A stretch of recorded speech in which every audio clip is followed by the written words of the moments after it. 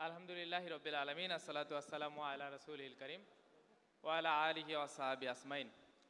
রব্বি ইশরাহ লি সাদরি ওয়া ইয়াসসির লি আমরি ওয়াহলুল উকদাতাম মিন লিসানি ইয়াফকাহু কওলি। দুর্বার নেতৃত্বে গড়ি স্বপ্নের ক্যাম্পাস, এই স্লোগানকে সামনে নিয়ে আজকের কেন্দ্রীয় ছাত্র সংসদ নির্বাচনের 4টি বিশ্ববিদ্যালয়ের প্রতিনিধিদের সংবর্ধনা অনুষ্ঠানে উপস্থিত সম্মানিত কেন্দ্রীয় সভাপতি, সম্মানিত সাবেক কেন্দ্রীয় সভাপতিবৃন্দ এবং আমাদের বিভিন্ন পর্যায়ের অতিথিবৃন্দ, আমার সামনে উপবিষ্ট আমার কেন্দ্রীয় ছাত্র সংসদের নির্বাচিত ভাই ও বোনেরা, সবাইকে সালাম জানাচ্ছি। আসসালামু আলাইকুম রহমতুল্লাহ। সম্মানিত উপস্থিতি,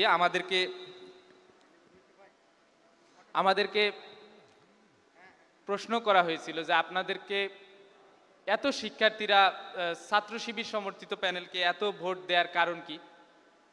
তো সবাই তো ছাত্র শিবির করে না বা সবাই ছাত্রী সংস্থার সাথে সংযুক্ত না।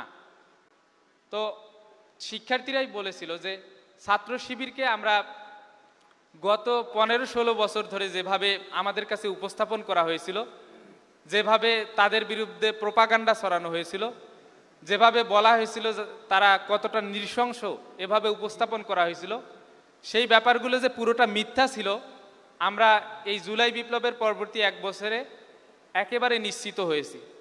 এবং ছাত্র শিবির যে তাদের আদর্শ দিয়ে শিক্ষার্থীদের জন্য সবসময় ভালো কাজ করতেছে, এটা আমরা এই 1 বছরে দেখার সুযোগ পেয়েছি।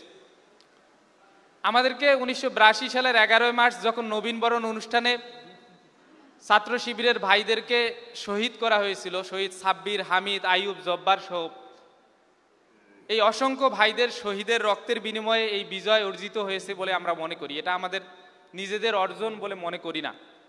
আমরা মনে করি সকল শহীদদের রক্ত, যারা শিক্ষার্থীদের জন্য কাজ করে গিয়েছে তাদের রক্ত কথা বলেছে। আমরা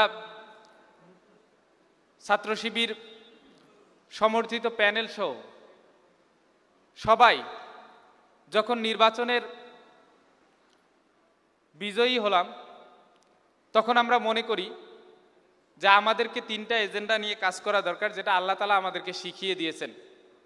যে ভালো সময় পেলে যেন আমরা মনে না করি যেটা আমাদের অর্জন, আমি ব্যক্তি বা আমি ছাত্র শিবির সভাপতি, আমি না থাকলে মনে হয় এই অর্জন হতো না, এই অহংকার যেন আমরা মনে না করি।